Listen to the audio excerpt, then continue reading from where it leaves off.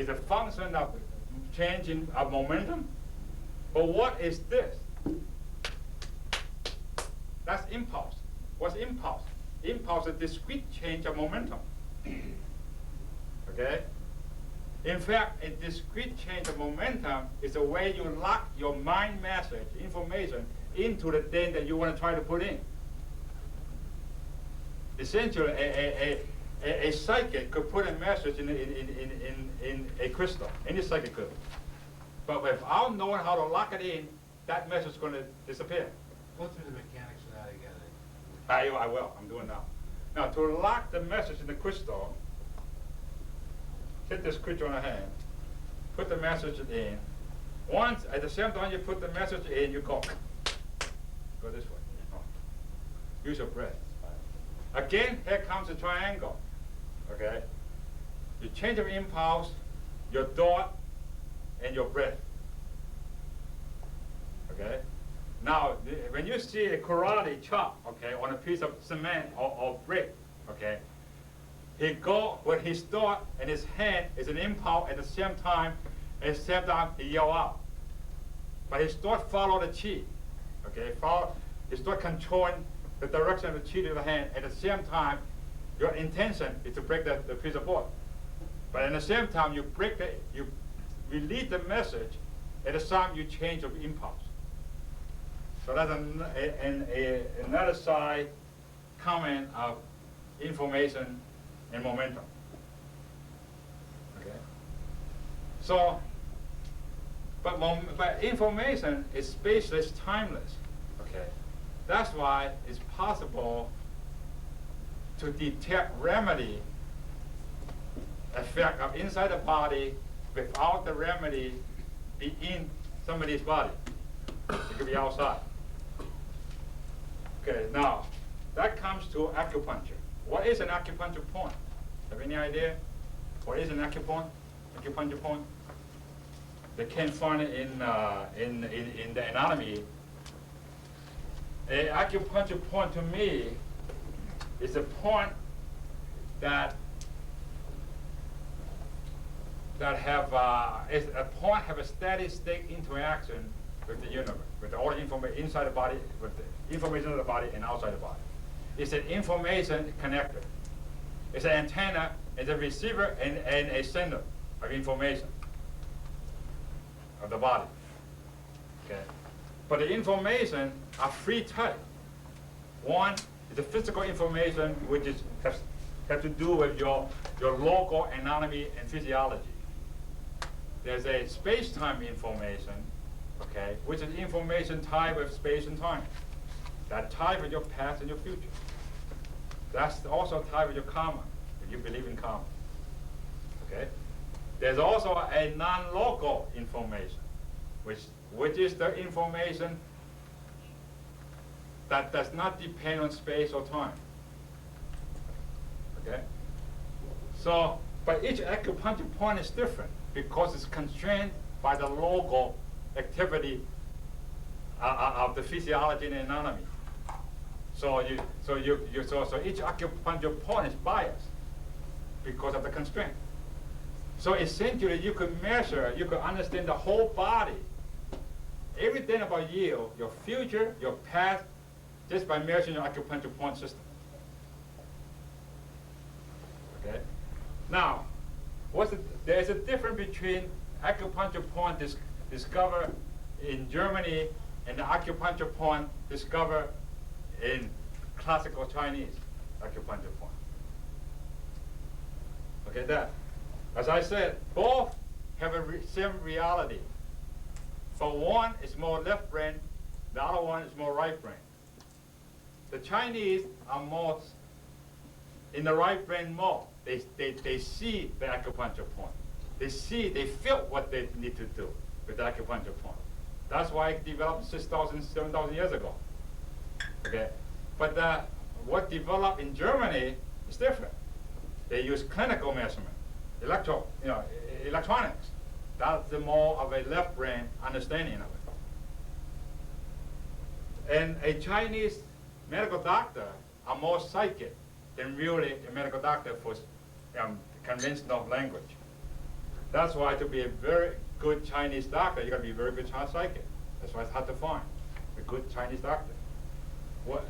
The reason I say that, if you in long time ago, or when they have dynasty, okay, to be a court physician to examine the Kane's family, you can't touch any of the females,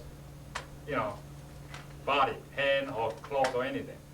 So how are you going to do the diagnostic? You can't even see the face. How are you going to do the diagnostic? To do diagnostic is this. Have a cloth put right here, extend the piece of cloth all the way out there to another room, and the physician sitting there and fill the cloth from the other end. Okay? Makes sense.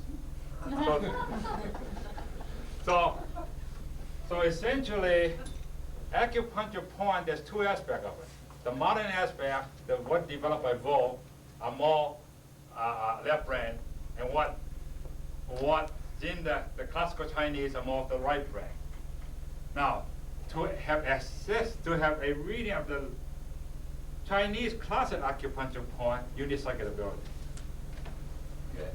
To have reading of Vo's acupuncture point, you don't. But you need good instrumentation technique of measurement. Okay. But to remedy, you need psychic ability. Okay. Because a person, all the information of a person is there to be determined. A person is just like a huge switchboard, telephone switchboard. All the phone numbers there, okay? But you have no connection until you hook a jack up to the particular number. Same thing as a person. For me to determine you, I gotta hook the right jack up. Okay? But hooking the right jack up, you need psychic ability.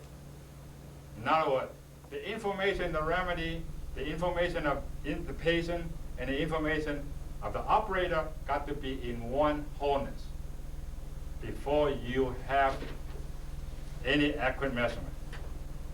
But you will develop this wholeness as time go on.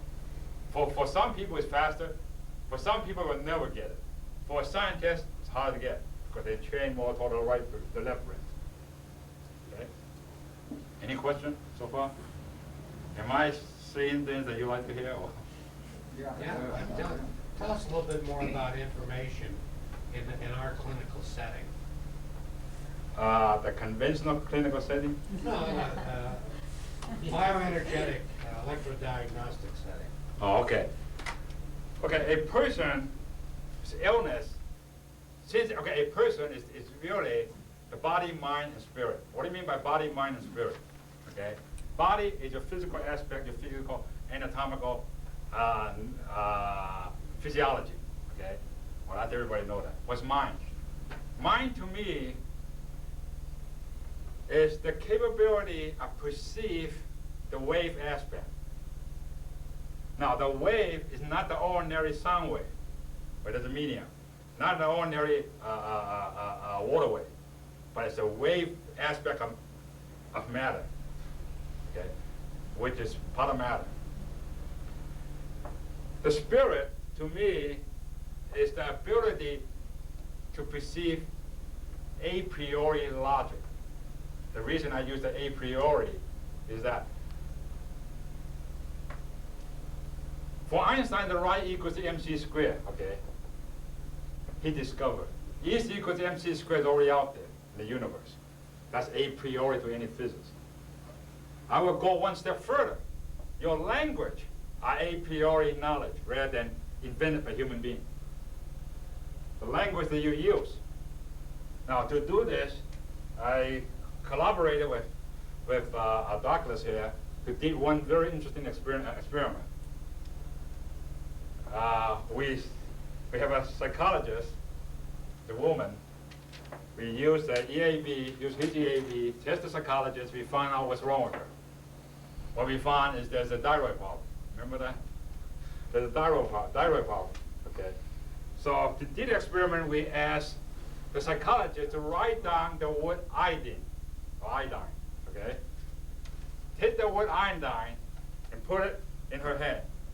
Test it again. You're back to normal, the reading for the thyroid symptom. Then she's a psychologist, so obviously just doesn't believe what's going on, right? Well, she said, hey, I don't believe this thing. Let me write what I want to write, okay?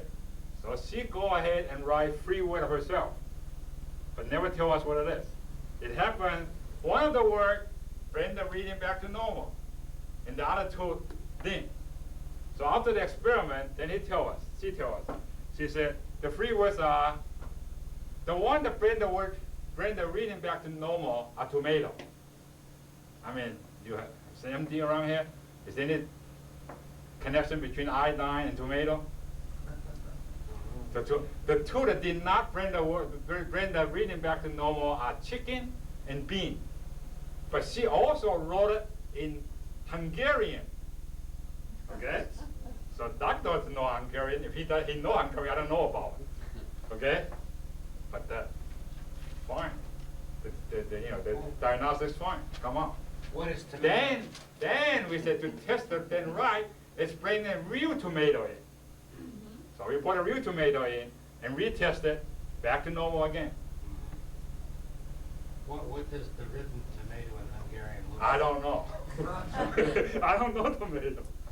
But what I'm trying to say, your language are discovered, not invented by human beings. The reason is different. That's only a local constraint of you. But the meaning of tomato, doesn't matter if it's written in Hungarian, Chinese, or English, okay, have the same meaning in nature. Once you hook that up, okay, you could measure the effect of the body, in the body. Now let me give you. But wait a minute, is it the color of the tomato, the red, that stimulates the thyroid, or is it? Well, we don't know. No, well, when you write down a tomato, there's no red there. Right. Okay, but just the fact that tomato will help. I'm no medical doctor, so I can't answer the medical question. Does tomato relate to the element heat? I don't know. And I don't know. iodine has the micronutrient for that. I don't know. I don't have that answer, but I don't know how to investigate from a medical point of view. It would be interesting to write tomato in German, tomato Yes. in Chinese, Yes. tomato in Japanese, and see which one Well, worked in the fact, best. there's a whole series of technology come out from this integration that I'm currently trying to get funding for to do research on. Well, I understand that. But I'm saying, there's a lot of experiments you need to do. I'm trying to get this guy to do experiments is almost impossible. He's running all over the country. Okay, now let's see. Let me go a little bit beyond now to the future. Let me make a conjecture where the future of the next generation of this instrumentation going to go. At least where I want it to go, if I have something to say about it. First of all, once you understand information, it could be captured from a spiral, from rotational motion. But before I go in that, let me clarify one thing about spin of an elementary particle. The spin of an elementary particle is not like a baseball spin. Okay, a baseball spinning is when you come back to the same point after 360-degree rotation, right? The spin of an elementary particle, you will not come back to the same point after 360-degree rotation. You will only come back to the same point after a 720-degree rotation. Okay, so that's a huge difference. But nobody could even explain what a spin of the particle is. They just behave that way, a spin of a 720-degree rotation. Now, once you understand the information is embedded in the rotational message, in rotational motion,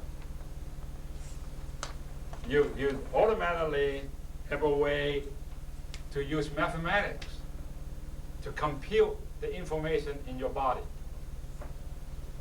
And this we have done. In fact, when you look at the Chinese medical theory, the 5 element theory. Anybody know the 5 element theory here?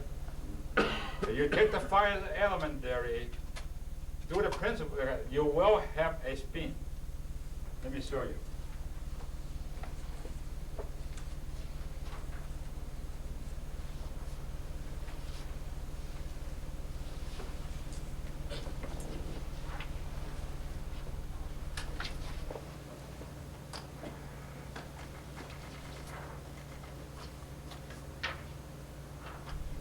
That's the 5 element theory, putting all the principle in there.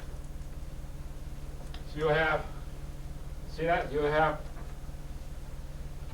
here, you have one spin that go this way. You know, in other words, you have an irregular spin, but you won't complete all the path until you get 720 degrees. I see. Very interesting, parallel. So with you also know in Chinese medical philosophy, you also know that every aspect of you could be mapped into the 5 element theory. Is that correct? But nobody knows how to map it because it's not a one-to-one mapping. In other words, the 5 element theory was correctly derived because that's the simplest concept you could ever come up with, okay, in the ancient. So I will accept to be correct. Okay? But it's nonsense to map matter into a certain organ. It's nonsense. Okay? So how are you going to map 5 element theory that correspond in one set of 5 elements to another set of 5 elements? Okay? You map it by a set of transformation. In all the book that you read in Chinese, nobody even tell you that there's a set of transformation to get one set of 5 elements to another set of 5 elements. How do you get the set of transformation? A friend of mine, also a medical doctor, but also a acupuncturist and a mathematician. We grew up together. We spent about 5 years collecting data, collecting transformation data from one set of elements to another set of elements. We have those data, and we also, so we develop a mathematical model. A mathematical model that given enough information from reading your acupuncture point, I could compute everything about you. It leads to the accuracy of my model. Let me show you some of the results.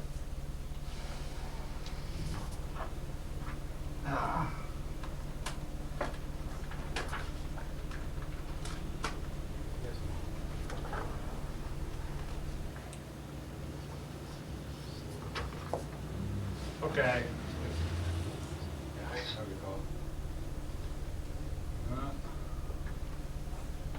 That's not the input. Oh, here's the input. Okay. Here's the measurement. What it entails is to measure.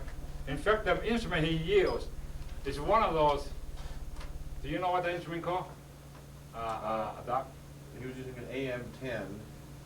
It's a simple EAB type device. It costs about $200, I have one of these. and it's very hard to measure. There's a lot of error there, you know, in the scale.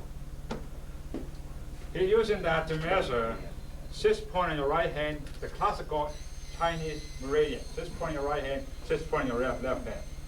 Don't even measure the foot. Okay? With that 12 piece of information,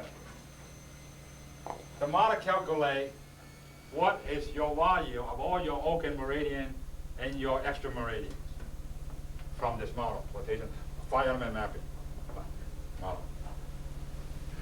So in other words, not only your 12 organ meridian, but also your extra ordinary meridians. He also measured the Chinese people used to call it, you know, the climatic type thing, you know, the heat, the hot, the cold, the, you know, all the dampness, all those things. Also measure the psychological aspect. Also output is your triple warmer, the level of the triple warmer, upper, middle, and low.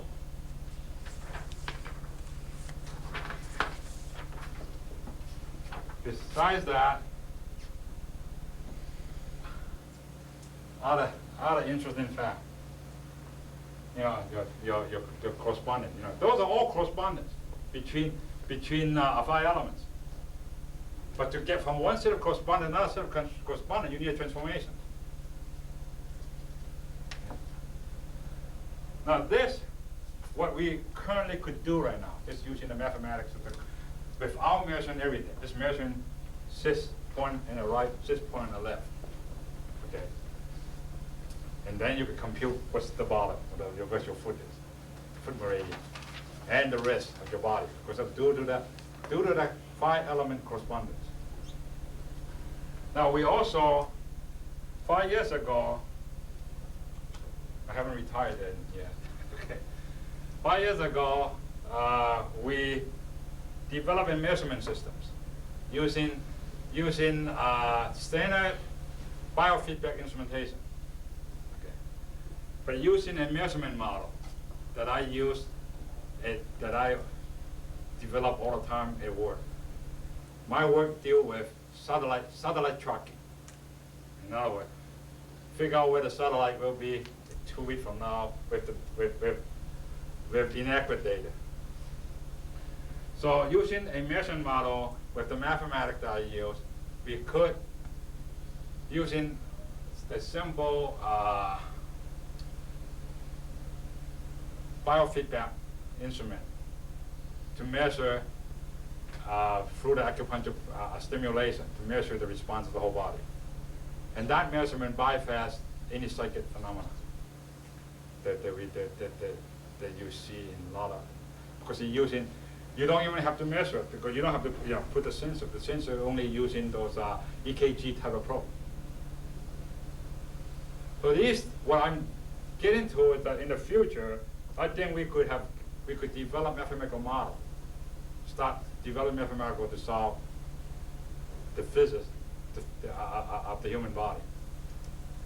In other words, in fact, the parameter for the mathematical model, I don't know what the dimension is, but let me take a look. Okay, so that's 1, 2, 3, 4, 5, 6, 7. Wait a minute, it's 1, 2, 3, 4, 5, 6, 7, 8, 9, 10. There's 10 coordinates, but each coordinate have 2 numbers. But the coordinate tie with the celestial rotation and also terrestrial rotation of the universe. So it's a physical coordinate, but rotating coordinate. So that's another indication that the rotation have a lot to do with information. Any questions so far? Am I getting off track? Is it only rotation, or just is it dynamics? What I experience right now have to do with rotation. Or what about just movement? Well, movement alone doesn't work. It doesn't do it the whole job. Because ours is twistor include rotation and linear and rotation. So that's why you have a twistor. Okay. And the impact have something to do with storing of information. That's why I made it homeopathic. Okay. Essentially, the way you make homeopathic, you put your intention into the bottle. At the same time, you succuss it. Okay. That's why it's not good to just using a machine to make homeopathic remedy, because you don't have your mind aspect in there. Any question? I don't think this is going to fly. Huh? I don't think this is going to fly at AMA. Especially the tomatoes. I know it doesn't go to fly. Especially the tomatoes. Well, good then. I'm not a medical doctor. Okay, I can talk what I want, and another good thing about I retire. I don't need to defend my reputation. I make my money and retire. How did the Chinese accept the mathematical model and the scientific model? Okay, there's about 6 hour, 3 hour a day, 2 day intense. I would say discussion. Okay, on this thing. I could say that I defended the model very well, And to a point when I leave, okay, they asked my corporation to develop the research project back there. And what I want to do is that, yes, but I got to develop a research project over here first. Then let's transfer knowledge. Because then it's good to have their hospital to incorporation what we're doing. It's easier to get it accepted over there than over here, to be honest with you. Because my motto is based on integrating Eastern philosophy and Western science, and the main integration is Chinese philosophy. And I start my presentation with a scientific interpretation of Chinese philosophy, and leading to the present model.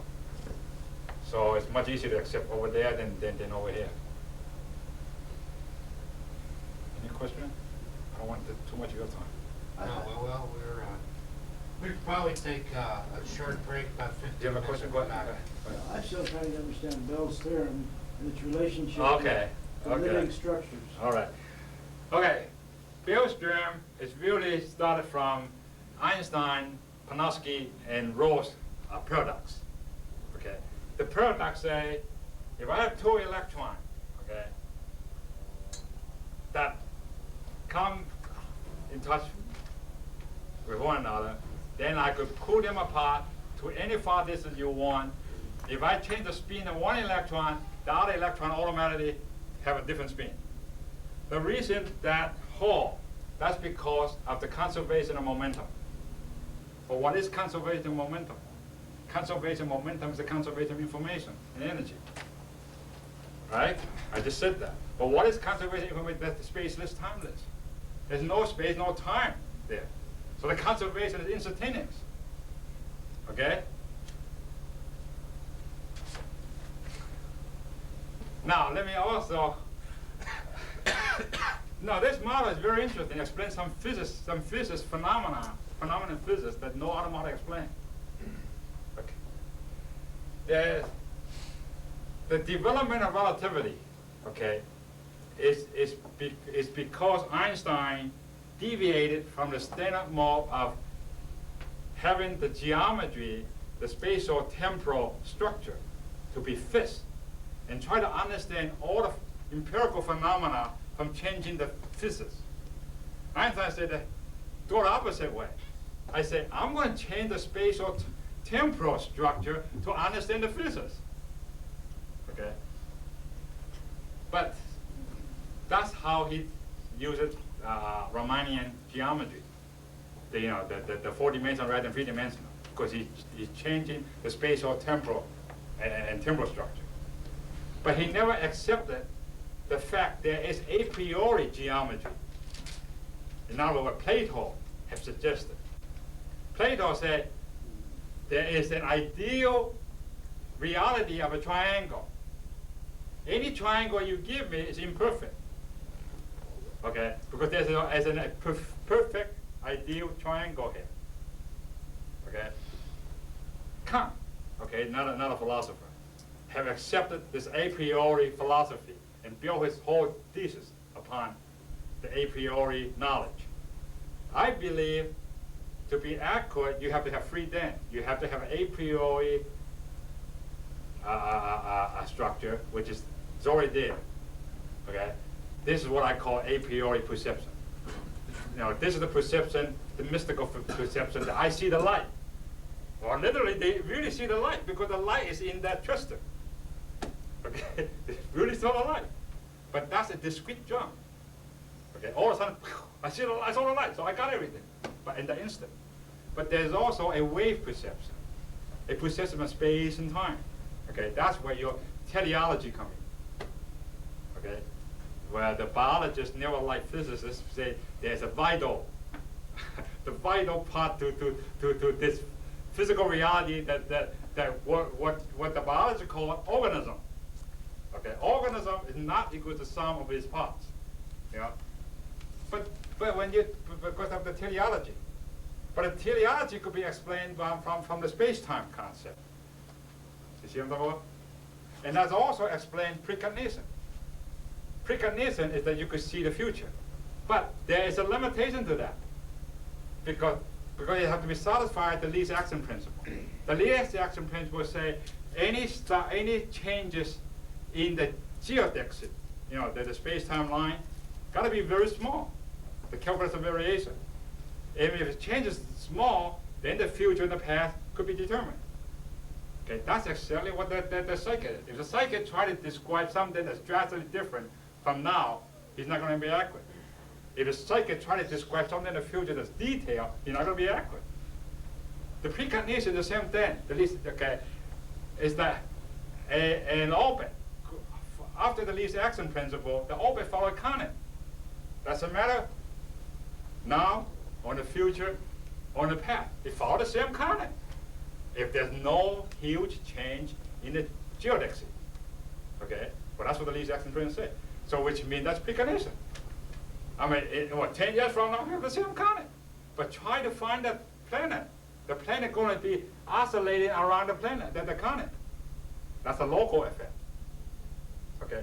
So the willpower, there's a will. There's a uncertainty factor coming from the local effect. Your destiny might say you're going to live 150 years, but you go outside there and crazy guy just run over you. That has nothing to do wrong with the destiny. That's your local effect, the local environment. So you cannot predict local environment. I don't care how good your psychic is, but you could predict change, just like you could predict the conic of the orbit, but you can't predict exactly where the planet is going to be. Okay?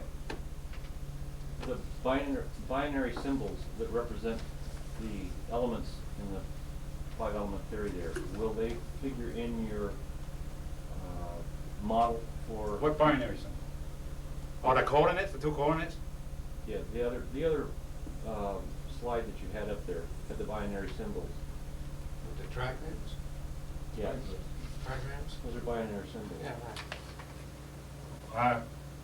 The last one that you had before this that had the the middle, all the stuff? I don't know which symbol you're talking Same about. picture with the numbers on it, that's all. Oh. You mean the measurement?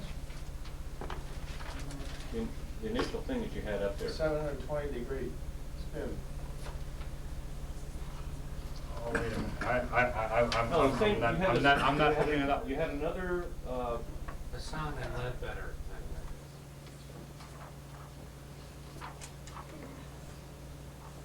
No, I don't. This figure? no.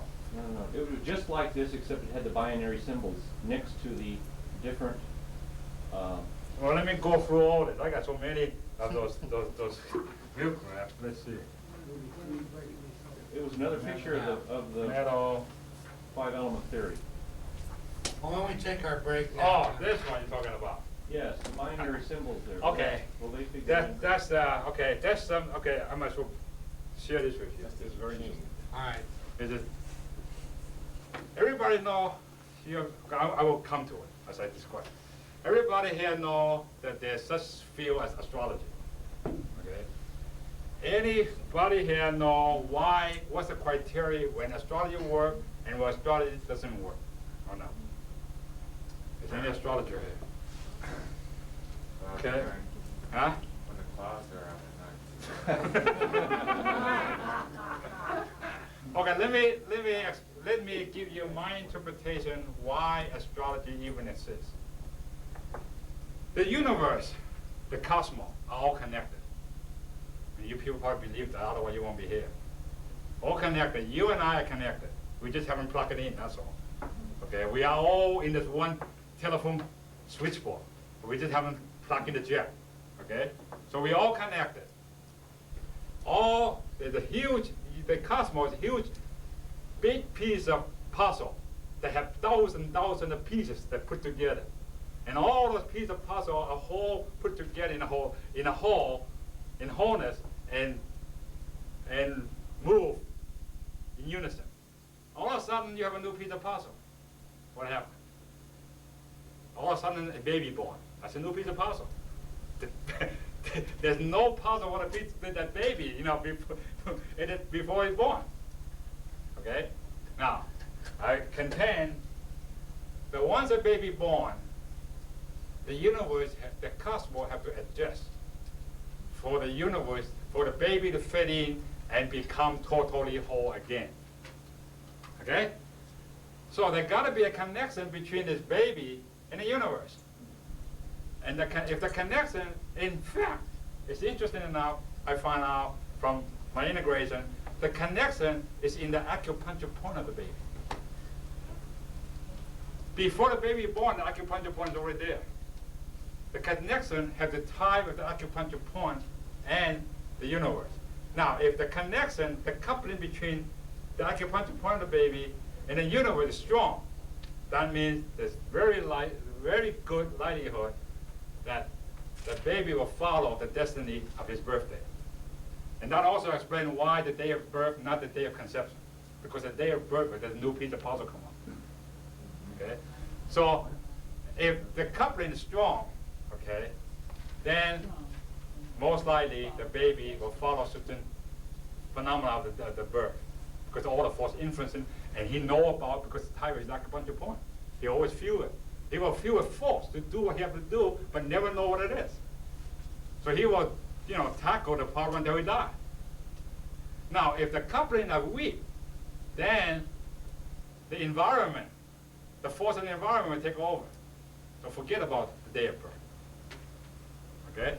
Now, it is time that the binary line you see there is a line of I gene.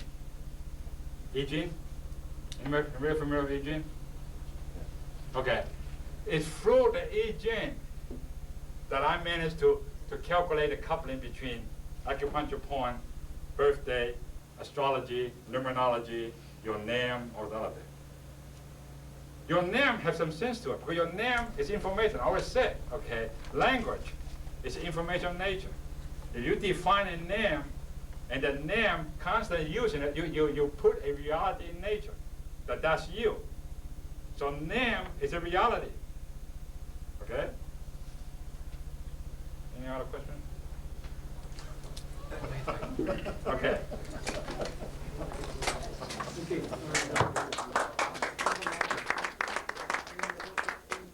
Thank you.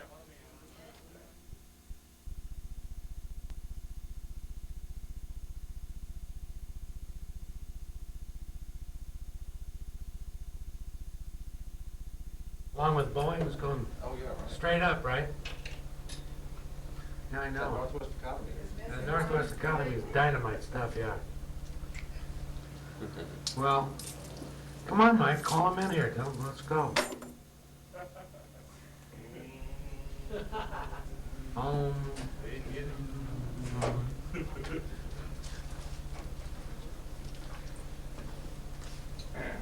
Any pictures here that turn out okay, send them to me, because we need, I forgot to bring my camera last couple of days.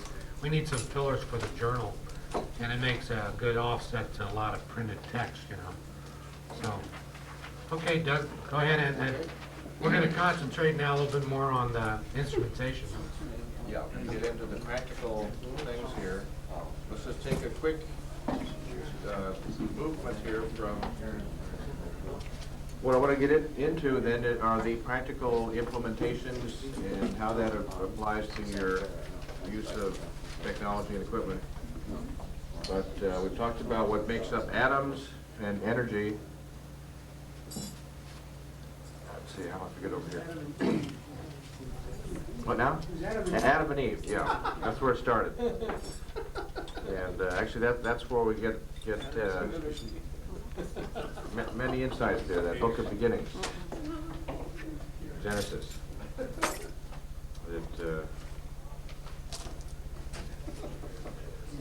See that deals there. See, Adam was given that job of giving names to all the animals.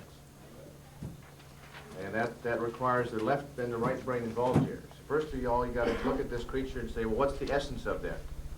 As the one goes moo or whatever, say that's cowness here, has bovine quality, and tuning into this essence of the bovineness here, it's given a name, and then yet the left brain has to remember that name and categorize and keep track of all these things. And that's part of what we need to do here, is to grasp an essence of something Well, the right brain gets the whole thing, and then the left brain will learn some details and remember it and remember what was described here. So the pictures, I say a picture's worth 1,000 words, so I'm going to give you many thousands of words right here by flashing up a few pictures real quickly to help to get on through. But these, see, this is a very left brain way to describe chemical structure here, just a straight line.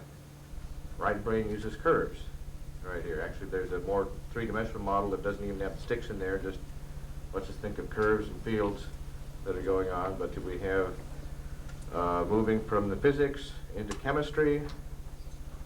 And once we have molecules, these molecules will have certain attractive forces. This is a process of how cell membranes form, where we have a dipolar types of particles right here that will form, where they have the hydrophilic end and the hydrophobic ends here that creates a membrane. And this will spontaneously happen if you just have these right elements put together and shake them around. They'll tend to align in a certain way. But this is the structure that creates a cell membrane, cell wall. And this then creates a barrier. It lets you keep something inside and concentrate it, and keep stuff out that you don't want in there, and keep stuff in you don't want to allow to escape. It's a fence. But then to get stuff in there, you got to have a door, and have to have a way to do that. So we do have built into your cell membrane are some proteins that act as little tubes, and we do have receptor sites which stick out here like little antennas that are going to respond to various kinds of stimuli. And at the right response, the door will open, allow things to come inside. Now, yes? This is now on a chemical level, no longer electromagnetic. Have you switched over here? Well, we're dealing with this fact that there is a physical structure to see. We think, well, the body, you've got these energy fields that are around you.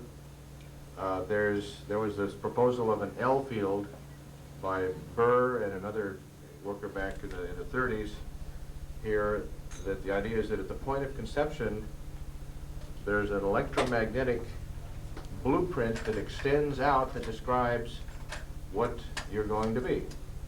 And these two little cells are going to start dividing, and at some point there's a switch in where we have differentiation of tissue. And suddenly something says, well, we got to start turning into muscles right here.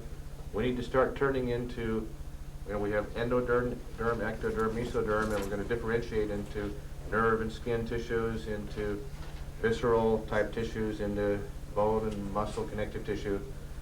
And so there has to be a control mechanism somewhere that tells this cell, which has a potential of becoming anything, to decide what kind of a cell it's going to be.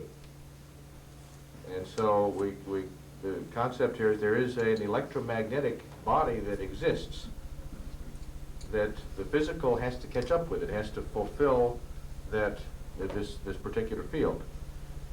And if you're familiar with some of the work, there's a book, The Body Electric, that by Robert Becker, did a lot of research in regeneration, how you can cut a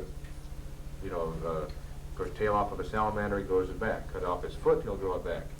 Take a lizard, cut off his tail, he can grow it back. Cut off his foot, he can't. But they found that process that would happen when you cut off the limb. There are energy polarities in the body that he found.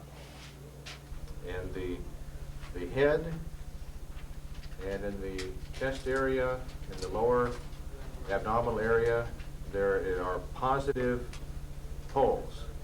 And at the extremities, the hands, the feet, and the end of the tail of the salamander, there's a negative charge polarity.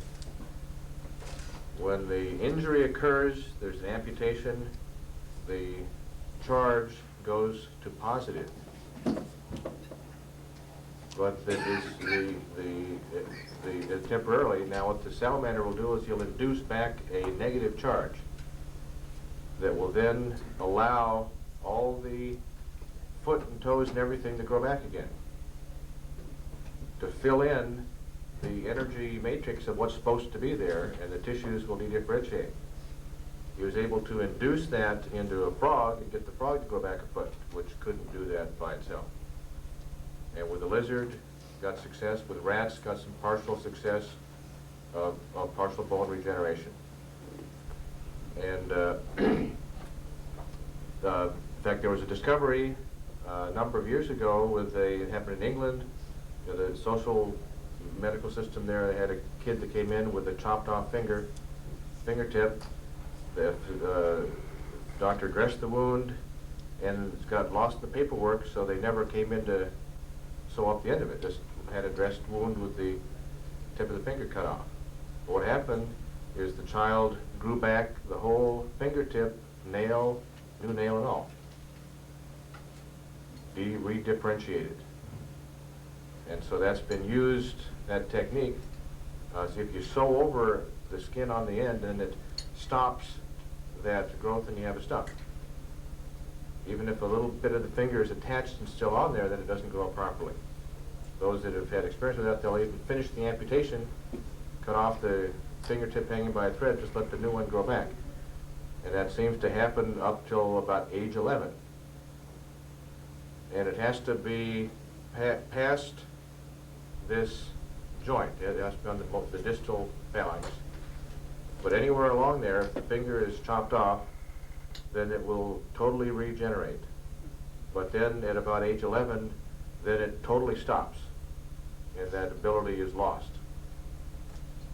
So we could see there's something about the energy field from that of the young child, a very strong energy push to grow and develop this potential that if it's thwarted, it'll just go right past through that and differentiate, and the tissue that's there is able to re-differentiate into the proper tissue. Even we grow back the nail bed, the nail and everything. So there is some indication, same thing, the Curlian photography type phenomena, where you take away part of the item and you can still see there's an energy field that's out there that describes that. And we can measure, as we've talked about here, an aura energy field of some kind that's around us. And so at some level there must be an informational pattern that describes the whole structure at the point of conception. It says what you're going to look like, it says how the life cycle is going to proceed, and all these factors about growth, development, maturity, and old age. And so that exists at some other level. It has manifestations here because we can alter that in some way. Birth defects, congenital problems can be caused by something that blocks the unfolding or the expression. You know, it would be, in homeopathy we have the concept of miasms, inherited toxins, that we see certain individuals predisposed to certain weaknesses. And we can see that as something in the coding of the expression of the inherited ability to respond a certain way to certain stresses and toxins has been stopped. The idea that maybe 3 generations, 4 generations ago, somebody in the family, maybe they had TB or they had syphilis or something that was suppressed, and the suppressive treatment in effect says, is to switch off a little switch in there that says when you have this toxin, try to get rid of it. The switch says when you have the toxin, leave it there. Stop producing symptoms. And a powerful enough therapy is used to flip that little switch so that the body stops responding to try to get rid of the toxin. And then what gets passed on, in a way, is genetic information, but they happen to have flipped the switch one way. It says we got one file that tells us how to deal with this problem, but we keep it sealed and hid in the drawer and we never look at it. And that's the idea with treating a miasmatic problem is we give, for example, tuberculitis homeopathic, maybe a 200 dilution, which is way beyond Avogadro's number. There's no more of the original material there. It simply is an informational stimulus to say, let's now stop that suppression. Here's information at a deep level to begin to deal with this thing. Let me make a little diagram just to give you an idea about how to think of homeopathic remedies.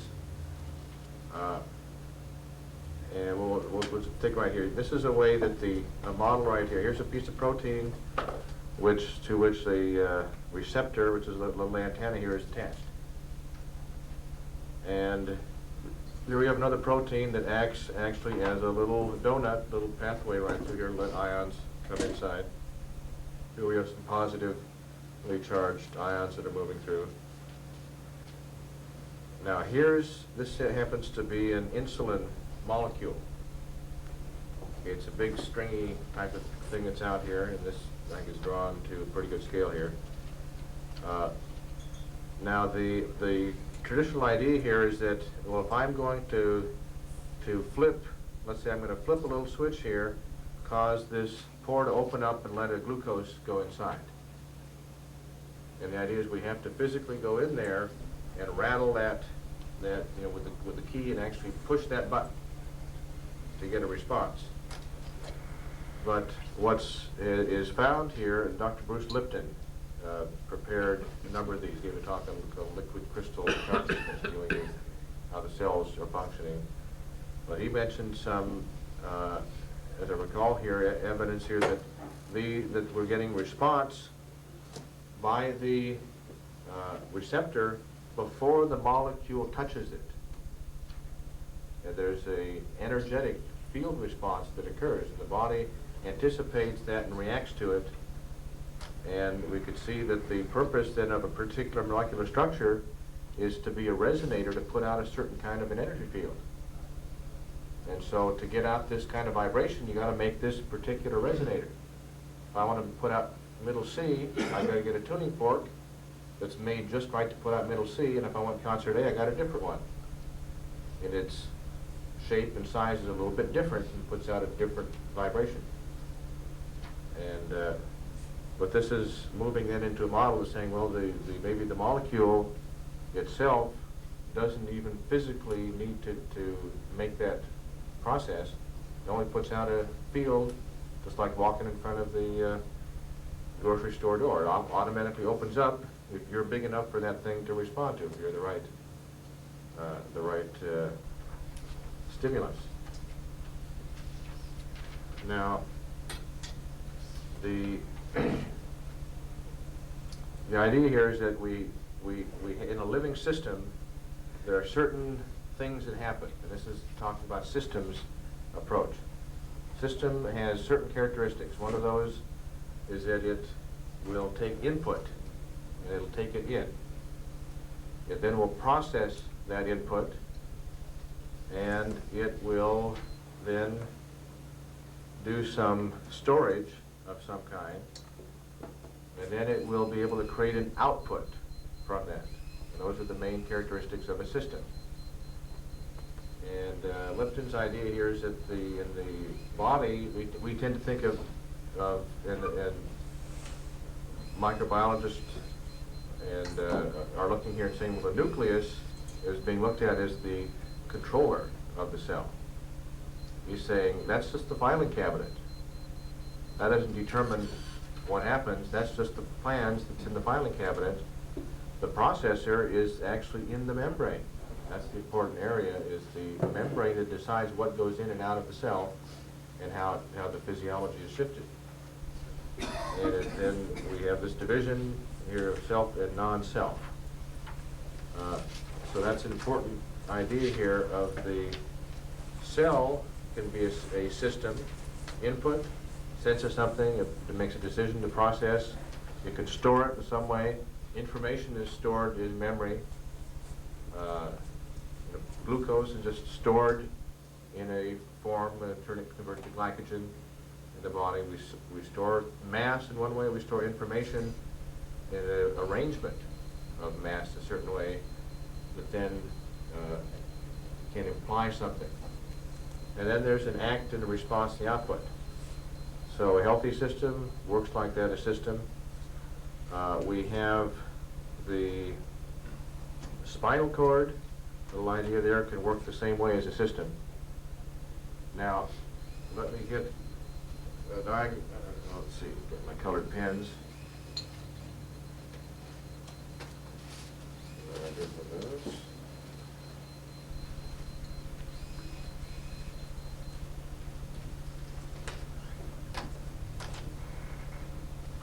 Now, let's just look at the area. We have an extracellular area, and in that area we can influence that homeopathically with things like a 3x and a 4x.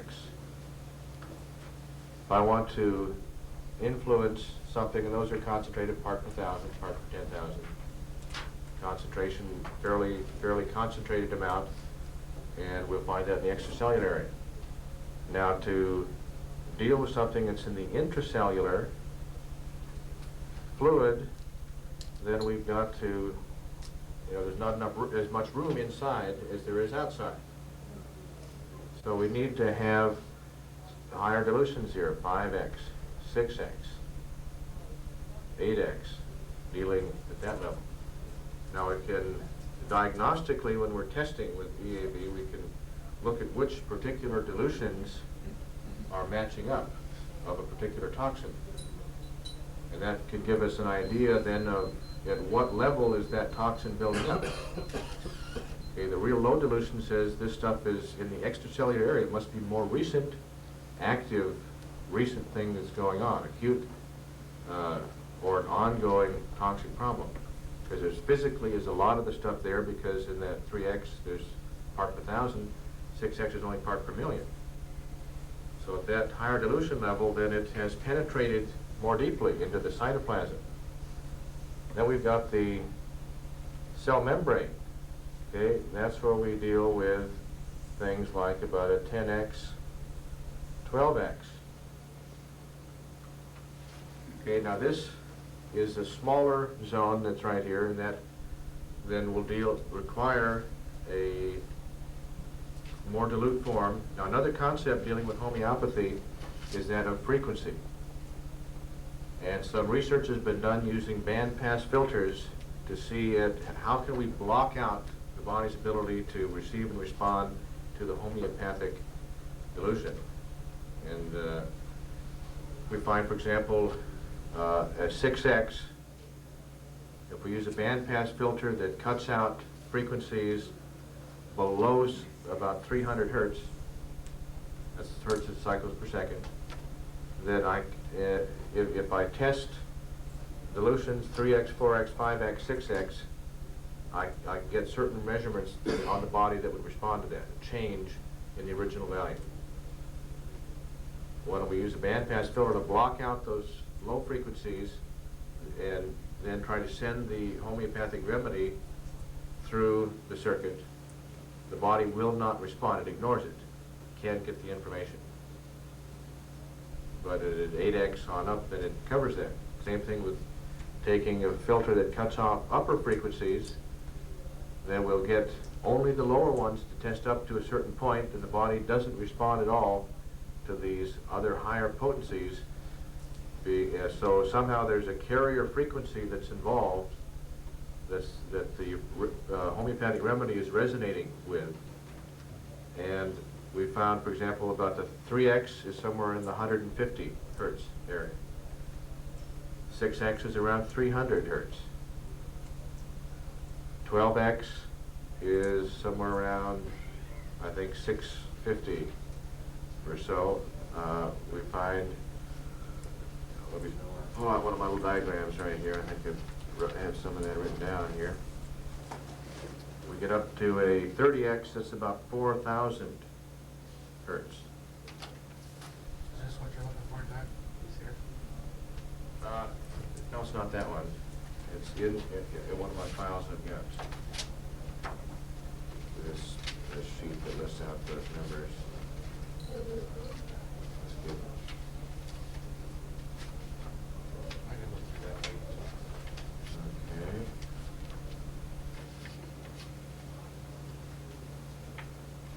Let's see where it is.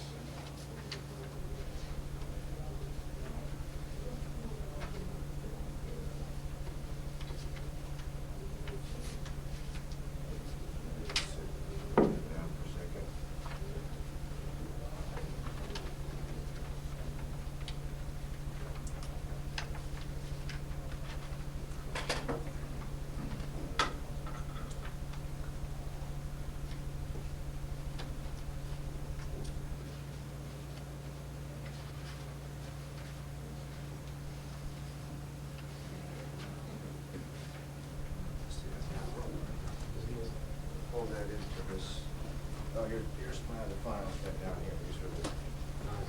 These are the ones I have set out. Okay. Yeah, finding, if we look at these frequencies, like a mineral in the crude form is around 30 hertz. We get to about a 1x or tincture, we're about 55. 2x about 100, 3x is about 150, 4 about 180, 5 225, 6 around 300. We get to 12, it's about 600. We get to 15, it's about 13, about 1325 here. 20x around 2200, 30x 4200 hertz. 60 is about 7900. 200, 15,500. So we see, what now? What was 100? 100, that's 12,800. So those are the basic numbers on the coupe. You're going to get 10x is about 530. We get to a 1M, it's about 29, a little over 29,000. 10M, 33,005. 50M, 45,000. These are in hertz or megahertz? These are in hertz, where we can block. There are other, possibly other sub-frequencies that are involved with these, but that's a way to block these out, is to block out certain frequencies. What would be the purpose of that? Well, part of that's to understand at what level these things operate. Another is used as filters in the Mora type treatment, for example, to isolate only low frequencies that are for more acute kinds of things, and then deal with high ones that may be more mental, emotional, or miasmatic types of things, where we use bandpass filters. That's the technology where that's used. But the idea is that the higher you go in frequency, or the higher you go in potency, then the higher the frequency.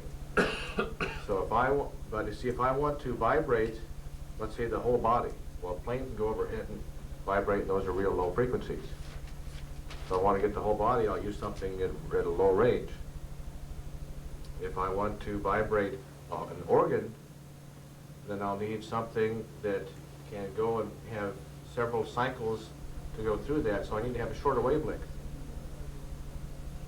to do that, because an organ is smaller. If I want to vibrate one little cell, I've got to have a wavelength that will pass through that length of the cell several times. If I get a big long wavelength like this, you won't even have a chance to go through one cycle before it's passed already through the cell, and the cell won't vibrate. So every structure has its own resonant frequency based on its particular size. There'll be a certain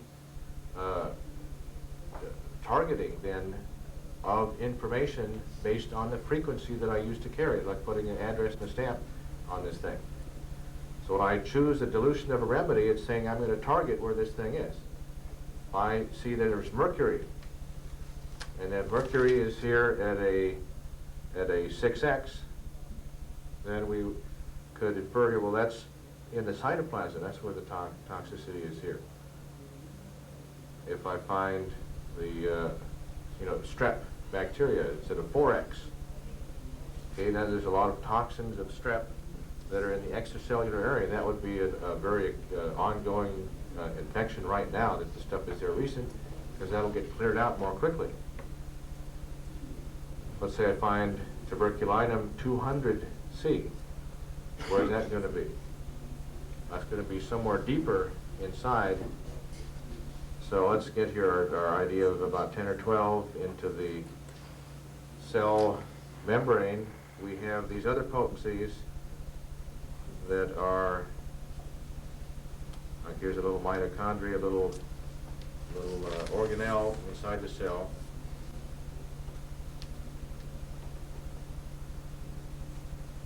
We could use things like the 15x, 20x range. to affect at that level. Get the nucleus of a cell.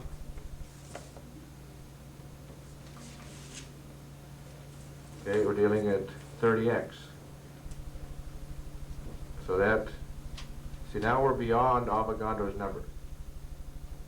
So really what we are seeing is a disturbance when we test and we find, for example, a nosode, homeopathic nosode, resonating at that level. Then we say there's information now that is present that's left its mark. It's left an input, it's altered the information of the nucleus of the cell. And it no longer has to physically have any molecular presence. All it has to do is to upset the organization of how things are in that nucleus. And the way to fix it is to rearrange the organization. It'll be like somebody coming in to where your workstation is, or you got all your tools lined up a certain way, and somebody comes in there to help you, and so they switch and match all things all around, put them in a different way. So you reach out here to find what you're looking for, and you get the wrong thing. So that's, when it's disorganized, then you reduce the efficiency. When things are ordered in the way that you respond, then you can be most efficient. And if they file all your papers in the wrong files, and you've got a big filing cabinet, that secretary didn't quite know how to do that, then you want to find a file, you're going to be looking for a long time, possibly, to find it. So 30x. Now we go to a 60x. We could relate that to the nuclear membrane. We use that as an anamnestic potency. That is the continuing memory of having experienced a problem that was acute at one time but has pretty much been resolved, but their memory is still there. And so that's the smaller structure.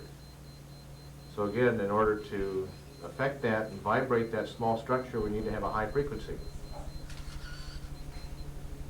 Now we get into the subnuclear structures in here, and that gets our area 200x is in here. And so those can be these inherited tendencies. When we deal with miasms, then we're getting up above, at least above the 30x involved. Now there's another level of correspondence that I, just in checking out history of things and working with that, I make a kind of a rough correlation, especially when I do testing with the nosodes to get an idea of how far back historically that this problem might be going. Let's see. I've got the other colors around there.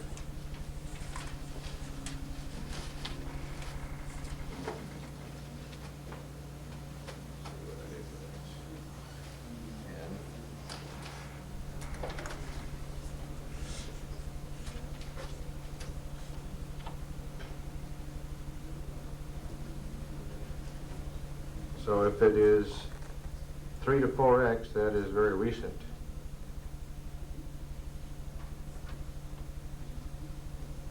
And we get into this level, we might say weeks to months. We get up to this level here, and this might be some of the neighborhood of months to a year, somewhere in that way of thinking here, to 10 or 12x. We get to 30x, and that one I tend to think possibly up to 7 years in that area. And 200, start thinking in the neighborhood of 20 years. So if I'm finding, for example, a young child, 5 years old, finding tuberculinum, 200, and sort of tracing that back, you're 5 years old minus 20 is something that would be a miasmatic tendency that's inherited. Now, a person that's 50 years old that we see tuberculitis, it could be acquired or it could be miasmatic type of information. But those are some things that I found just diagnostically are helpful as we go through and check the dilution to check out potencies and see what's going on. Any questions? Do you make a distinction between the cells of a tissue compartment versus the cells in the extracellular matrix when you're using this model? Using this model here of what kind of cell it is that we're dealing with? Yes. Whether parenchymal or, what? Yeah, what are we talking Fibroblast about a type cell two. here? Are we talking about a tissue compartment? Or are we talking, say this could be the fibroblast in the extracellular matrix? Well, they have to check a little bit. I think that it could apply in a general, just a general sense at organ tissue or cellular levels. But not Yeah. extracellular. Well, the idea here of the toxin being in the extracellular fluid is where I look at the lower, this is a model right here which it helps to understand how far back into the control system of the body that we're dealing.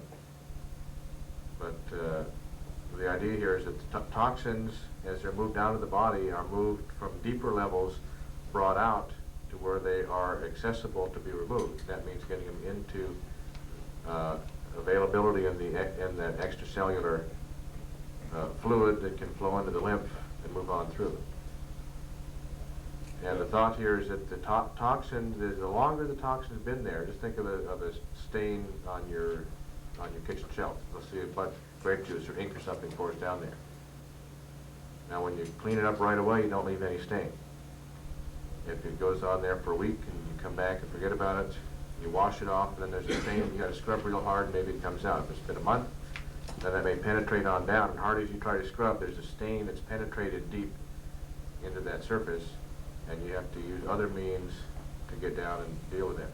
But when you get the buildup of toxins, it gets into humoral phase into the extracellular matrix, and after it jumps across the biological caesura into cellular phase, does it become into the cells? So yes. I still can't get it in my head here that you're focusing on a cell, but are we saying the cell here is any cell, irregardless of whether it's cellular structure or mesenchymal ground system cell?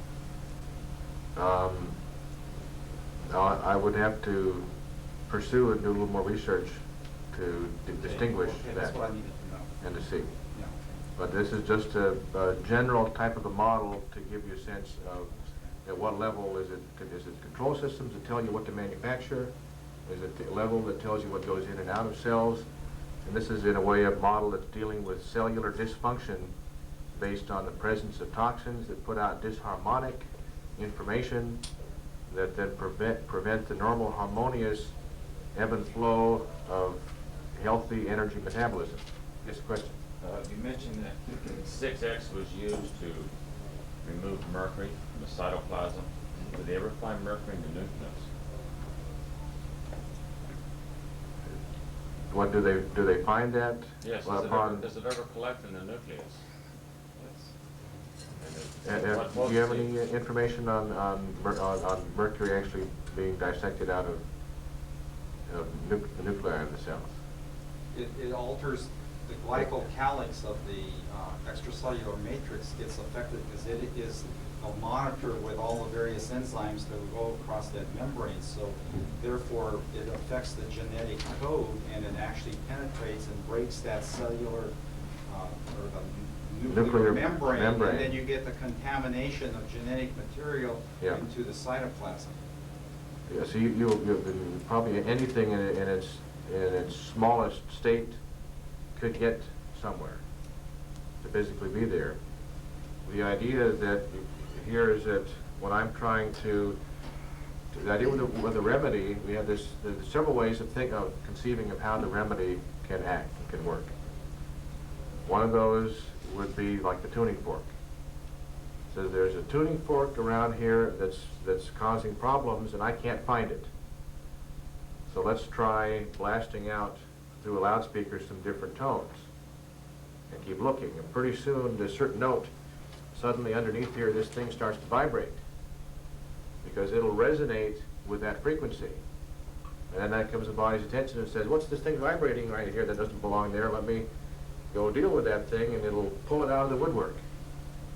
That's one idea of absorbing resonance and causing that to happen in the body, then dealing with it. Another is that of canceling out and saying there's a certain wave shape that's here, and the body has a harmonious resonance that goes on, just like in music. If we get certain things that are in harmony, then that's fine.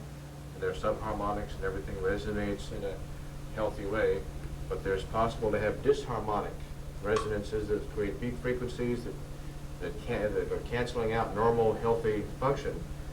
And so if we can only exactly put the opposite frequency and cancel out all that disharmonious stuff, then the harmonious goes on through and everything's healthy and happy again. So that's another idea of diluting it, the remedy, taking the same matrix pattern but doing a phase shift with a dilution so that I can then neutralize the disharmonious energy that's in the body, cancel it out, then let the body be healthy again. Yes, good. And when we remove the fillings, we put them into a vial, a quadrant at a time, and we invert that amplitude of what you're saying and run it through those frequency bands. Using the Mora.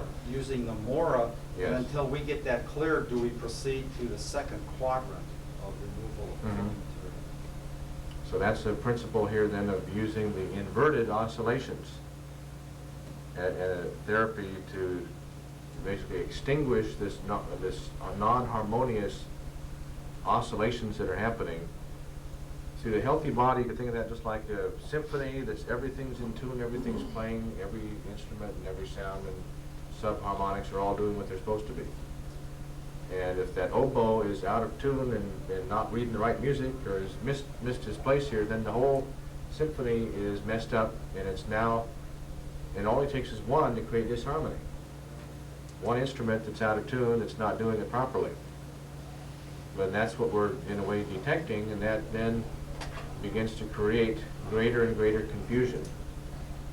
That pulls it out of this state of it creates this entropy process of scattering and more chaos. And you'll understand that in the same process here of making remedies, a homeopathic remedy is taken by taking your original substance, and in a way we want to make a recording. Okay, let's say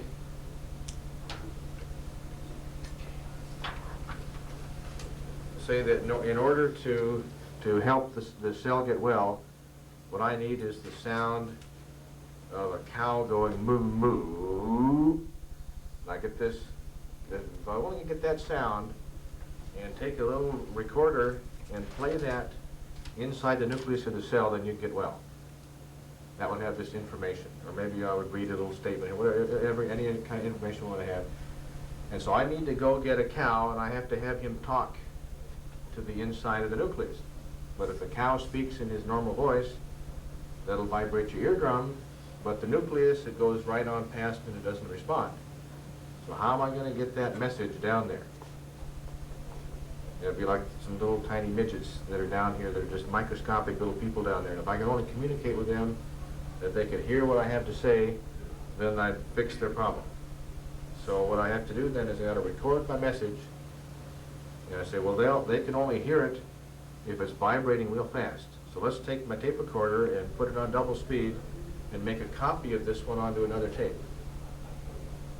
So now that one goes at a higher frequency. And then I'm going to take that one back here and I'm going to copy it again, and I'm going to go 4 times as fast.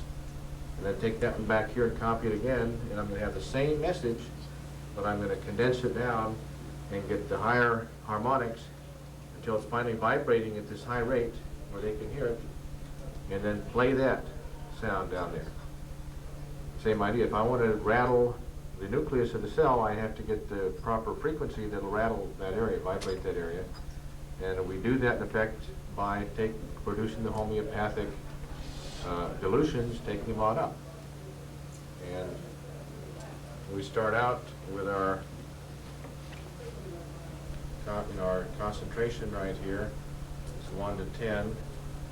And we keep then diluting it into our next bottle here. And it gets more dilute, and we take it again. But then each time, as we're expanding this thing, the succussions are going into it. As Rick Pond was saying, that impact causes a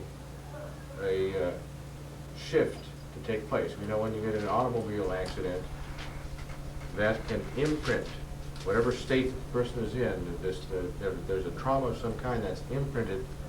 It's held in muscle, it's held in the body, and that one big trauma can then have an ongoing influence. And so there is something about an impact that records information. It seems to lock a bunch of things that are associated into that in time and space into this informational field that continues to go even after the original event is gone. With the remedy, we're taking in a way, getting our recording. See, if I get my cow and record him out in the pasture, get him on tape, I can say, go home, I don't need the cow anymore. All I need to do is to process the signal and get it to the right form that I need it.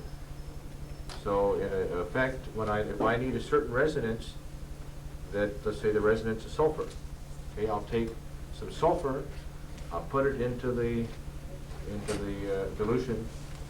I'm then going to try to rearrange all the water molecules to pattern themselves according to the magnetic field of the sulfur.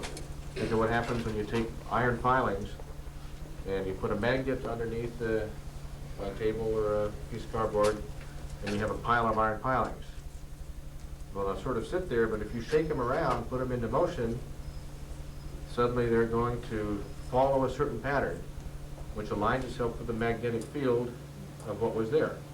So whatever was the strongest influence on their magnetic alignment, once they're in motion, they'll come to rest guided by that force, by that field. Now, if I'm shaking just plain water, the strongest field around would just be probably the background field of the earth, which would just give it a neutral effect. But if I put in a 10% solution of some substance, whatever is the unique field of that is going to influence how these water molecules come into their final resting state. The more I agitate it, and you know, when we agitate an electron, and it will release a photon.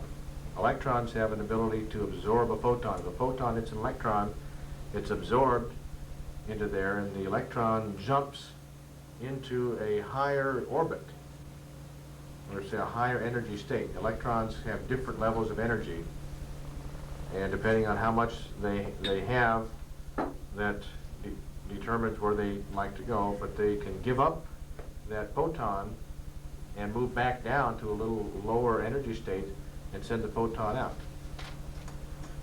And you know, you can imagine here shaking and vibrating, causing this thing to happen with that impact.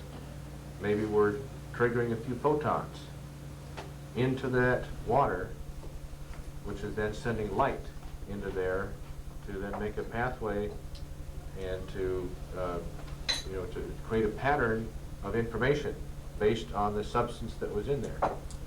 Now, each time we keep diluting it and expanding it 1 to 10 and 1 to 100, and then shaking it, we're then rejuggling, rearranging the carrier molecules of the water to store information, but now to deal with the higher harmonics of that, which can then affect the deeper parts of the body. And eventually a point comes and says, well, we don't need that original molecule that gave us the original pattern in the first place. In fact, once I've captured that pattern to begin with, I don't really need it anymore. Okay, just soon get rid of it because it's getting in the way anyway. Now, at a certain point, there's an interaction of by the remedy by both the chemical activity of it and the energetic. And what I have found using, I've mentioned that model of the aura field of the body. There's an aura where there are 5 distinct zones that are around the physical body. If we look, and this is a theory and a model that I'm working with that needs a little bit more research to substantiate exactly, but this may explain how the remedies work. We know if you take an element and then you put a spark through it, and you'll bring it to its flash point, and out comes a certain color of light that a spectrophotometer can read to tell you what color of light was absorbed in that element. If I take sulfur and I flash that, it'll put out a color that's in the lemon zone, halfway between yellow and green. Nitrogen produces green. Hydrogen flashes red. That's how we can look up and see what stars and the sun is made up of, what the elements are, is the spectral analysis. So elements are absorbers of certain kinds of light, and there's an affinity according to what the element is as to what wavelength of light it will absorb and hold on to, and only release when it is agitated enough to do that. And so that's another area here of how light gets absorbed in, and all the different elements act in that way. Now, when we do that flash, if you do sodium, for example, the main color that comes out is yellow. But there are other colors. If you look at the spectral bandwidth, you'll see that there's a big area of yellow that's in the sodium, but there's little streaks of other colors that are present in there. And the idea that I'm working with, I found that by the time we get to a 3x, it truly has become a homeopathic remedy that has the full effect on the body. And what it does, see the crude substance right here, say here's some sodium, okay, that will give yellow to the physical body. Has a nutritional effect and a more physical effect. When I take it to a 3x, just as the body has these 5 zones around it, each with their different colors, it represents the human personality pattern. What we create around this remedy bottle is a field of 5 zones, each able to influence each of these 5 zones of the aura. That's where the remedy, in a way, becomes almost like a living person or a living personality. As you read the homeopathic Materia Medica, you see that it's described as a personality. Okay, it's wakes up at 5 in the morning, can't get back to sleep. Okay, it doesn't like eggs, craves chocolate, whatever. There are all kinds of these personality patterns that are characteristic of the influence of an overdose of that substance to where it influences many aspects of the body. And by interpreting these colors of the aura, I've been able to determine lots about the mental, emotional, personality state of a person, a similar way. And the research we need to do a little bit more is to see if we can determine what that exact color pattern is from a spectral analysis of the original material and with the other little harmonic color bands that are in there. But for me, that's a model that works to understand how the interaction occurs, where the remedy then from a 3x on up is influencing not primarily the physical body anymore. It's affecting each of these parts of the energetic field in terms of a specific shift that is there, and that becomes a piece of information.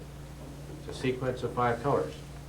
One remedy might be red, blue, green, yellow, and violet. And another one will be that's unique, and there's a unique sequence to every remedy. And a little bit I've done is showing that sometimes the sequence there can relate to some of the chemical structure of that. But that's part of the direction of some of my research is coming out with a way of plotting out and analyzing the energetic effect of the homeopathic remedy. And that's why certain remedies then can combine well together because they reinforce similar types of patterns. Other ones might be the exact opposite and would have an antidoting effect, or it would actually go the opposite direction. And a sequence of colors then is a type of information, a type of instruction that we could, by analogy, it's similar to a type of action or a posture. And we see that, for example, in yoga, certain postures, we can represent that in a similar way. A certain motion, like in Tai Chi, the body's moving on through. Each one of those movements would be characterized of a different type of a sequence of colors.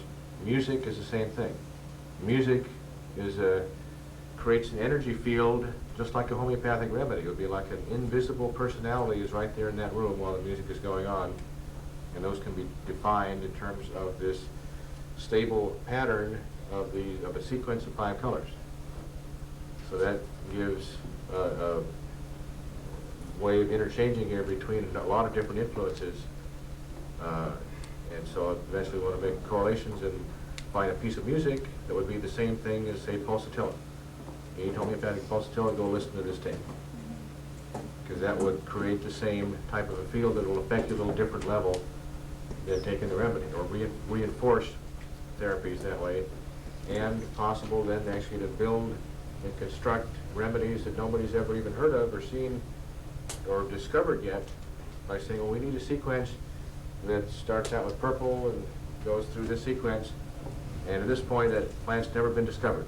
Probably grows in the Amazon and maybe we never found it. But we can, by color treatment, can simulate, can manufacture that particular type of information that the body needs to get well. So those are some of the possibilities of developments in the future based on it.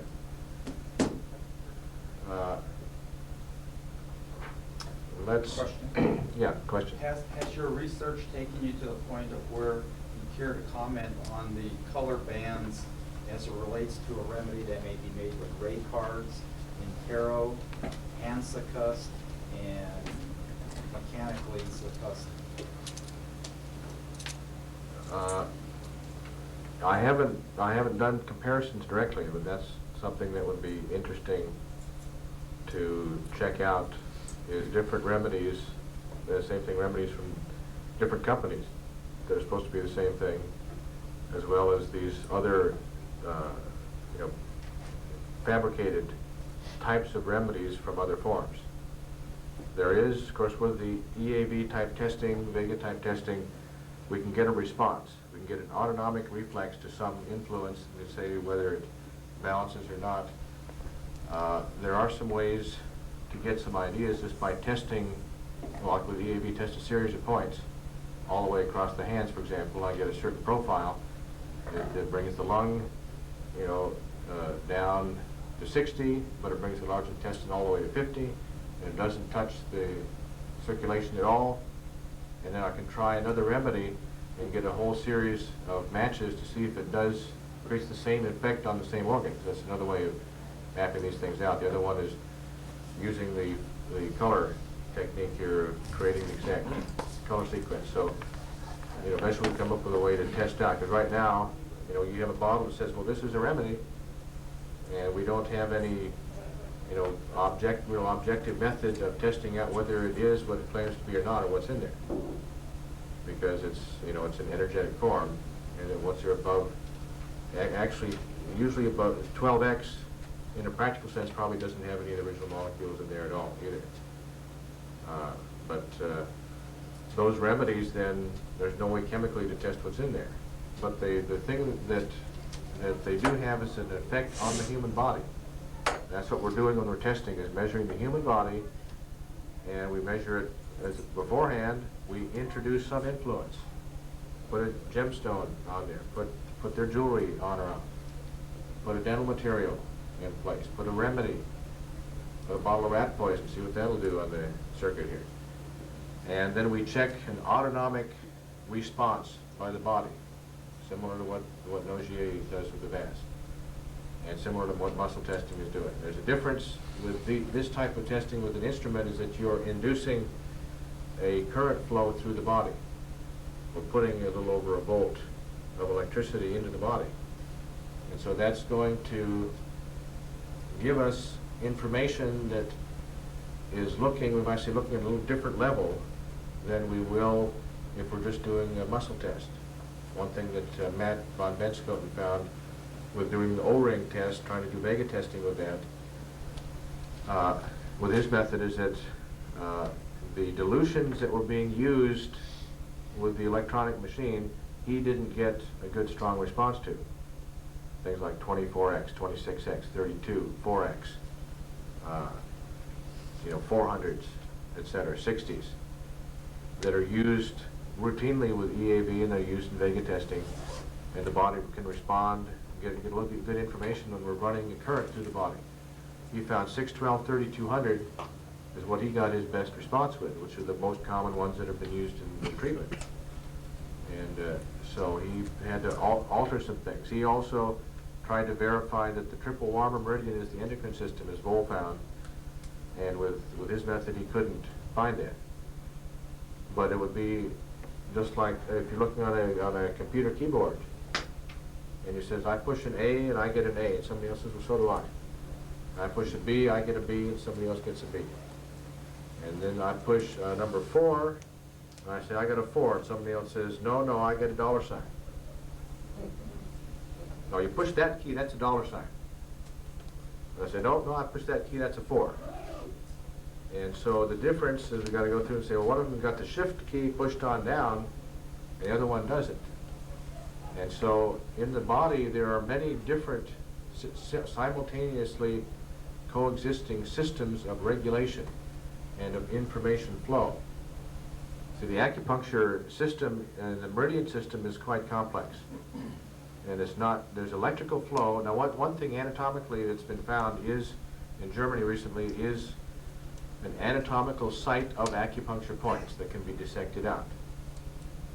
And that was announced by Dr. Rossmann, that there's a German anatomist, Heine, I think was his name, that had reported that. And what it is not the presence of something, but it's actually the absence of a membrane. Underneath the skin, surrounding the muscle, is the superficial fascia. And that is an encapsulating type of a membrane. It's an electrical insulator. We have a peritoneal membrane around the organs, and in the abdominal cavity, similar type of a structure. And at certain places, that fascia actually thins out and disappears in a little spot. And then it thickens up and it reoccurs. So at the acupuncture point, there's a gap. There's a missing of one layer of insulation that's there at other spots. That's why there's a lower resistance at that space. And that would say that then the idea of what we're trying to do with the EAB testing is, let's say here's a bone right here, here's some skin that's going right through here, and let's get another color.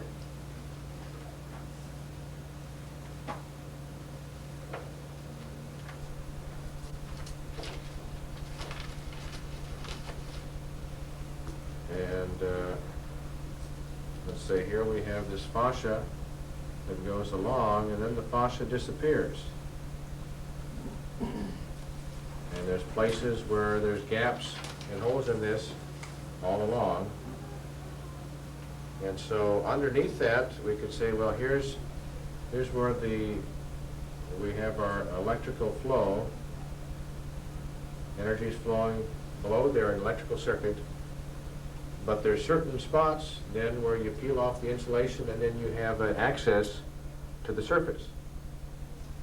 And so when we make a measurement, what we try to do with that probe is we're going to push down firmly right here and actually try to get that skin to bend down here, displace those fluids, get as close as we can to that fascia membrane, and then get a current flow that's then is going to go up this way and steal some electrons out of that subcutaneous area. See, as we're pushing on down, we get a linear rise, which is just the skin conductance, and that's not what we really want to measure with the EAB. We want to get down and measure underneath here, establish this connection, rather than a surface connection up here. But that's another explanation here of what can be going on with the meridian. There is an electrical flow that goes underneath. When we get a scar, then we get a break where there shouldn't be one. We get a shorting out, and energy doesn't flow where it's supposed to go, because whenever you have this barrier that's there, electrons are going to keep flowing. If they can't get up here, they're going to try, if they've got a positive charge and a negative here, they're going to try to attract each other. And so they're going to keep going until there's a spot where they have an access to the surface. And things like heavy metals will get into that membrane. So what happens if you got your insulator, your rubber insulator around a wire, but it's permeated with metal? Insulator's not going to work anymore. And so heavy metal, we find that when the peritoneum points, the vascular degeneration point of EAB, when it shows a big drop, we're finding now also that is an indication of either hardening the arteries, which is a mineral buildup of the artery wall, or a heavy metal buildup will do the same thing. Because what it does is it prevents that membrane from being a good insulator. That's what in Sweden, Bjorn Nordenström has developed this theory of the body electrical flow. He's done cancer work by putting in some electrodes and changing the electrical flow. And he says that the arteries and the veins, the circulatory system is not just tubes, but they are part of the electrical flow system, and they're an insulator that allows a potential charge to build up between the outside and the inside. The body regulates when it's going to let stuff flow back and forth. And so that's another concern then with the toxicity is to make short circuits between the meridian. Which meridian would you test that with? The allergy meridian has a point that's called the vascular sclerosis point, or vascular degeneration. And that, when somebody does have arteriosclerosis, that can show up on that point, but also heavy metal poisoning, especially with big drops, and peritoneal points and other organs can tie in with that also, but that seems to be the key one that shows up. So suspect heavy metal problems there also. And in that peritoneal membrane, see, the control point is on the finger located on the second phalanx. On the point on the other side of it is our serous membrane point, and that can indicate viral problems also when we find it in other organs. And fatigue. A lot of these chronic fatigue patients are finding the peritoneal membrane it has a problem, and viral toxins seem to be involved with that, as well as some heavy metal things can be involved in there too. We've got about 4 minutes, so Okay. you want to... Let's wind up here, and let me just see what we announced that we're going to talk about that's still on here. Okay. This is part 1. Yeah, part 1 here. But we've talked about a number of things. I guess one thing that we didn't get too much here, okay, you know, the Chinese pulse, another similar way of getting a picture. See, the pulse is a wave, And when you get on that pulse for some time, you'll get a lot of information by getting a repetition of this wave that goes on through. And that's part of the traditional Chinese testing. We didn't get much into the area of ELF problems, magnetic problems with that, but there's a lot of problems with electromagnetic pollution. The body, to be healthy, is a vibrating electromagnetic field. And it can be influenced by other frequencies and other types of electromagnetic radiation that can disrupt its function. We live surrounding the Earth there's about 50 miles between the surface of the Earth and the water and all the way up to the ionosphere. And there's a magnetic field that is created and it pulsates through that's called the Schumann. There's a Schumann wave, Schumann frequency, which is a type of an electromagnetic frequency that has a very steep rise and then it falls down fairly gradually. But that's pulsing at a frequency of 7.83 cycles per second, and it varies and fluctuates somewhat in that area of 8 to 10 hertz with a number of these ELF frequencies. They found when they set the astronauts up in space, they developed health problems, and they found that they were getting beyond the area where they would be picking up this Schumann frequency, which seems to be just like a required nutrient electromagnetically. So they have to simulate that in the space capsule so that they will get this background information that seems to be necessary as sort of a basic,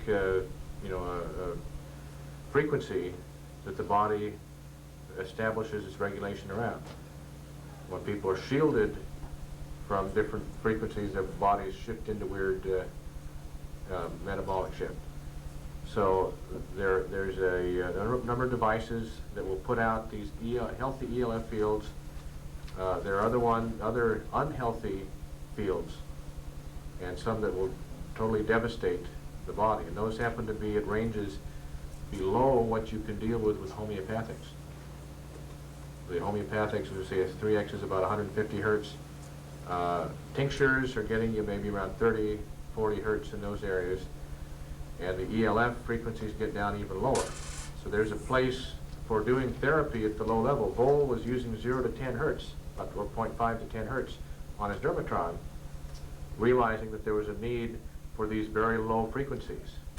And they came up with quite a number of frequencies that would be useful for very specific kinds of therapy. I did some work on that myself and came up with several hundred very specific frequencies that matched up with points that were between the levels of most of them between about 2 to 10 hertz.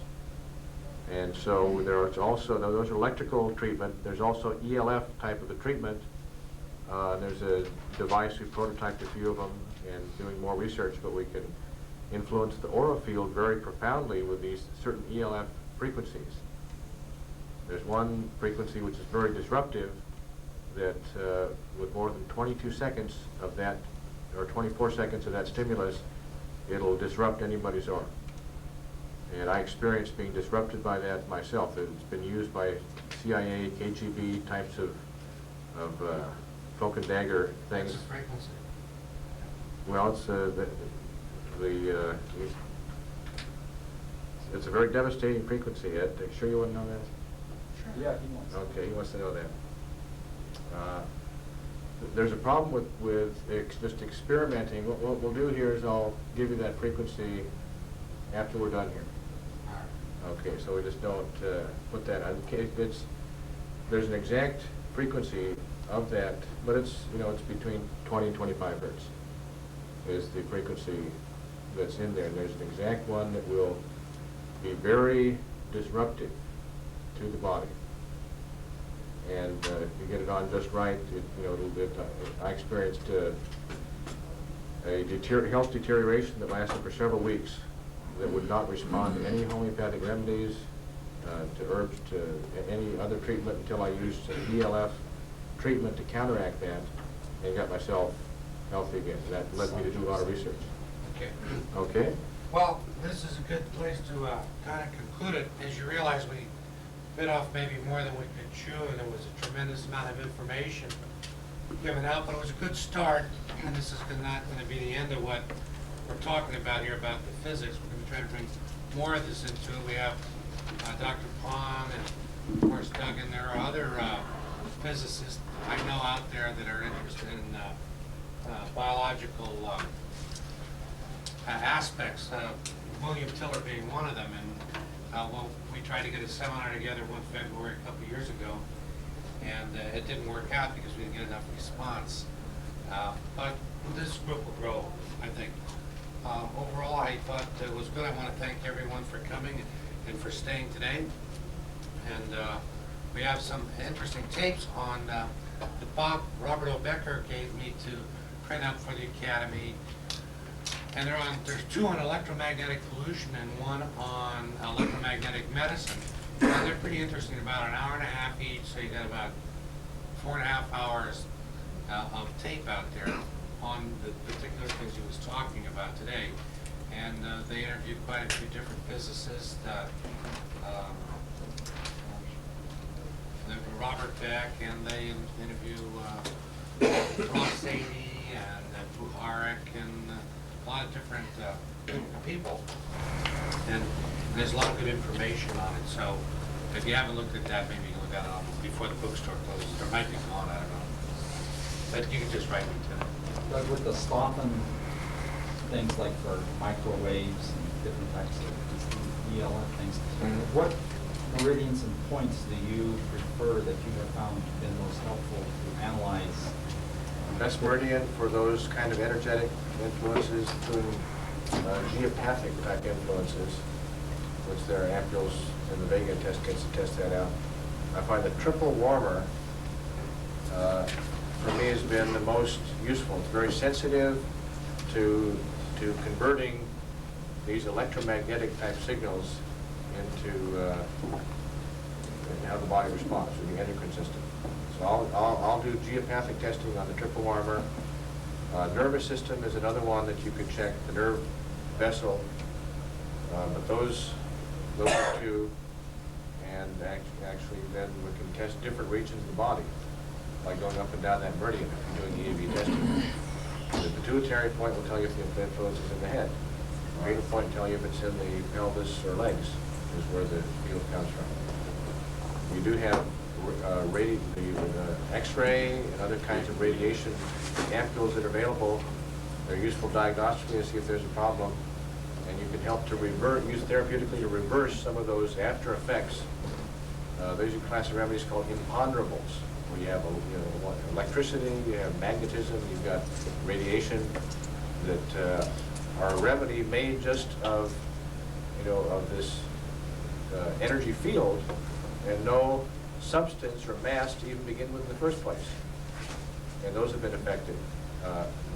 In England, I read of a woman who had a problem at the factory where she worked. That was a homeopath induced that came from frequencies coming out of a machine that was clanking away over there, and gave her a bottle of water and alcohol to go and sit that right next to this machine and have it get full with the vibes of that machine. Took it back. He then prepared homeopathic dilution of that machine, and that solved her problem. And so The imponderables, where do you get those? You know what now? The imponderables? Well, that's a group of remedies. The number of those are from the regular homeopathic houses. We'll have X-ray. They'll have electricitas, like Bornemann or Borkientafel. But some of the more specific ones of exact doses of X-ray radiation and microwave, etc.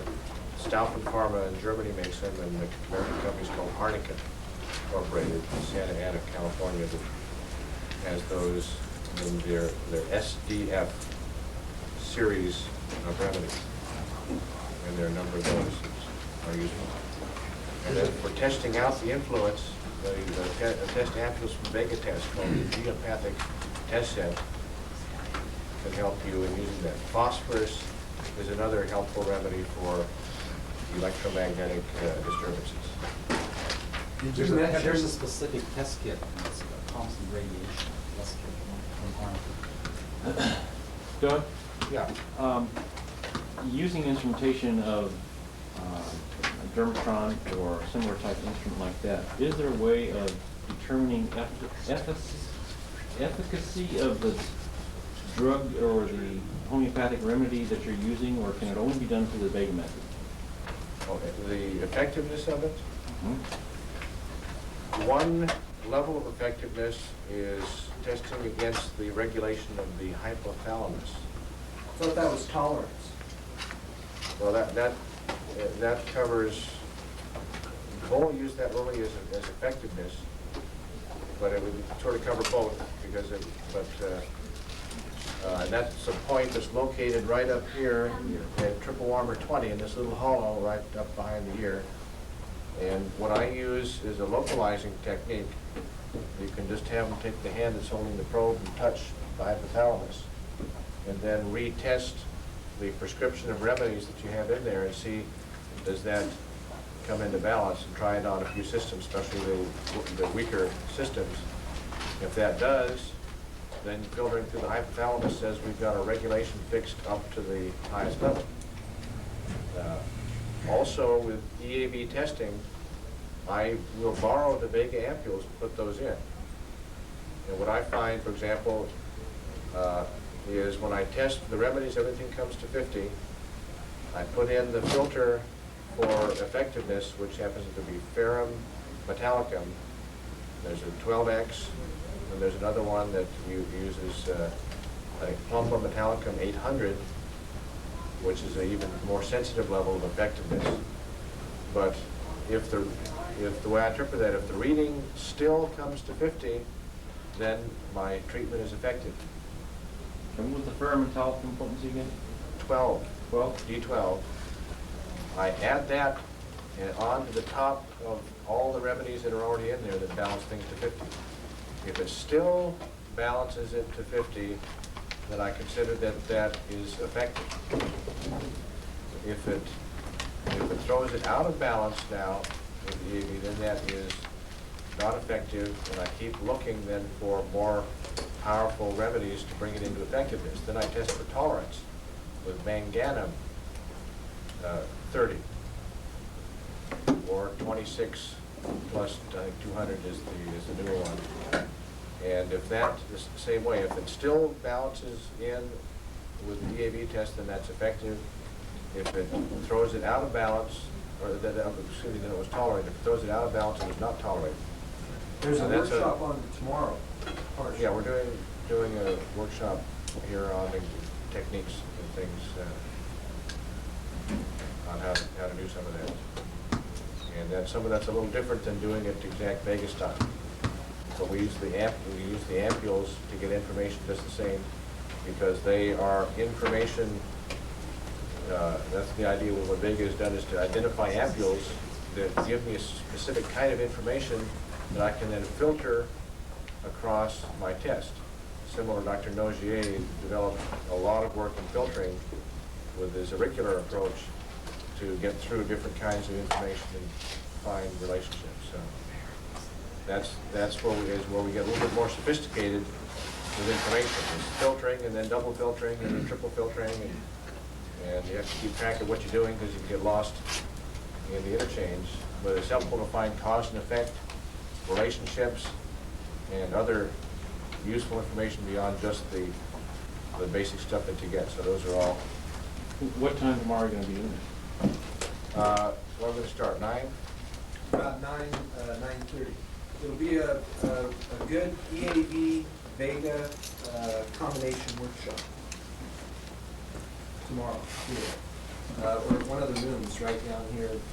I don't think they've assigned us a room yet. Okay, but you'll be down here. Yeah. Okay, great. Okay. I guess we're sort of officially done. Any other questions well, you have, I'll be happy to. Thanks, Doug.